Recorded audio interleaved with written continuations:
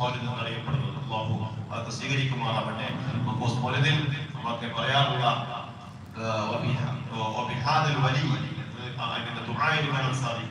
ഈ വലിയന്റെ ഹക്ക് കൊണ്ടും അല്ലാഹുവിനെ സഹായിക്കണേ. ആരാണ് ഈ വലിയ എന്നതിന് മഹാന്മാർ വിശദീകരണം നൽകിയത്?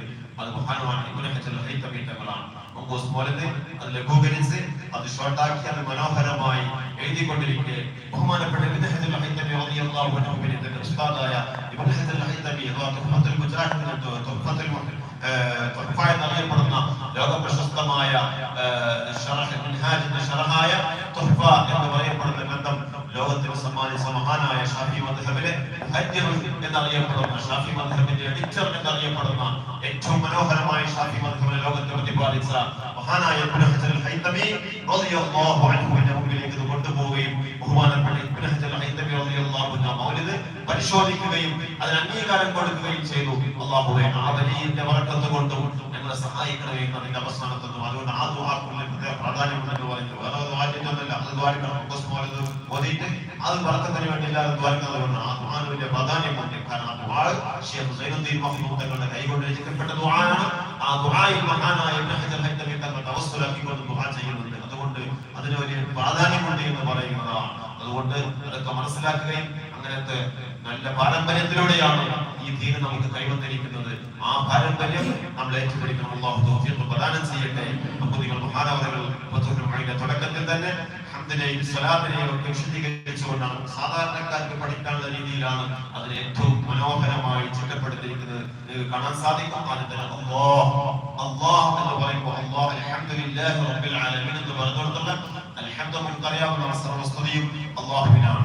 ആരാണ് അല്ലാഹു എന്ന വിഷയത്തിലാണ് അല്ലാഹു എന്ന് വിശദീകരിച്ചു. തഫ്സീറിന്റെ രീതിയിലാണ് ഇതിന്റെ ആമുഖം നമുക്ക് കാണാൻ കഴിയുന്നത്. സാധാരണക്കാർ കൂടി അറിയാൻ വേണ്ടി സാധാരണ ഫിഖ് പഠിക്കുന്ന ആളുകൾക്കൊക്കെ അത് തഫ്സീറിൽ മറ്റൊക്കെയാണ് പഠിക്കാറുള്ളത്. പക്ഷേ അല്ലാഹ് എന്ന് പറഞ്ഞ വാക്ക് എവിടുന്നാണ്?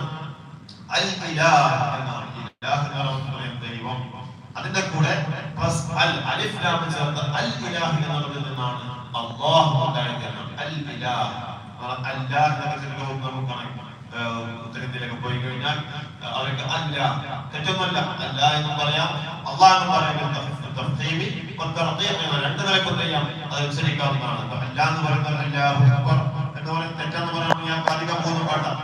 നമുക്ക് പിന്നെ അങ്ങനെ കഷ്ടമാണ്. നമ്മൾ പഠിച്ചത് ശരിയുള്ളൂ എന്നുള്ള രീതിയിൽ പിന്നെ അങ്ങനെ ചിലപ്പോ പുറത്തൊക്കെ മലിക്ക് യോഗിന്റെ അല്ലെ, മലിക്ക് യോഗിന്റെ നിറാത്തുള്ളതാണ്. അത് കഴിഞ്ഞ് ഞങ്ങളുടെ പാർട്ടി ശരിയായിട്ടില്ല, ശരിയായിട്ട് തലയുണ്ടാക്കാൻ പോട്ടെ. നമ്മളറിവിന്റെ കുറവാണ്. ഇസ്ലാമിന്റെ വിശാലമായ വലിയ കാഴ്ചപ്പാടുകളുണ്ട്.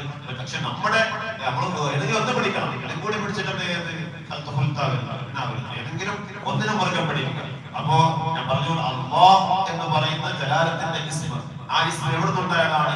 അൽ ഇലാഹ്, യഥാർത്ഥ ദൈവം, യഥാർത്ഥമായ ദൈവം അല്ലാഹു എന്നുള്ളതിൽ നിന്നാണ് ഉണ്ടായത്. പക്ഷേ അങ്ങനെയാണെങ്കിലും മഹാനവർ വിശദീകരിക്കുന്നു ആ പേര് അല്ലാഹ് എന്നുള്ള പേര് عرف بال وحذفت الحمزه ثم استعمل في المعبود بحق وهو الاسم الاعظم عند الاكثر ولم يسمى به غيره ولو تعنته.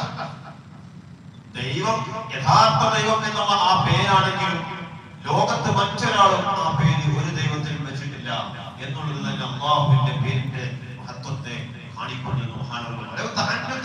ഒരു മത്സരത്തിന് വേണ്ടി പോലും, ഒരു തമാശയ്ക്ക് വേണ്ടി പോലും എന്ന് പറഞ്ഞിട്ട് പോലും അല്ലാഹുവിന് സമാധാനം ഉണ്ടാക്കാൻ ആ പേര് മറ്റൊരാളും വെച്ചിട്ടില്ല എന്ന് തന്നെ അല്ലാഹുവിന്റെ മഹത്വത്തെ കുറിക്കുന്നു എന്നുള്ളതാണ്. എന്തൊക്കെ പേര്, എന്തൊക്കെ ദൈവങ്ങൾ ലോകത്തുണ്ട്.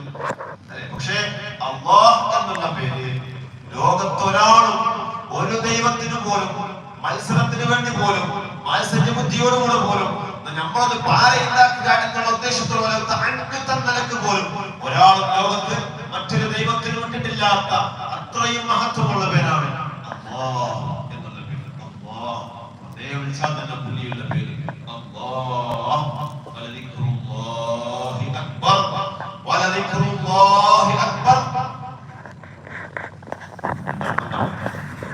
അല്ലാഹുവിനെ ഓർക്കലാണ് ഏറ്റവും നല്ലത്. അതല്ല ചില പണ്ഡിതന്മാർ വിശദീകരിച്ച വലദിക്റുല്ലാഹ്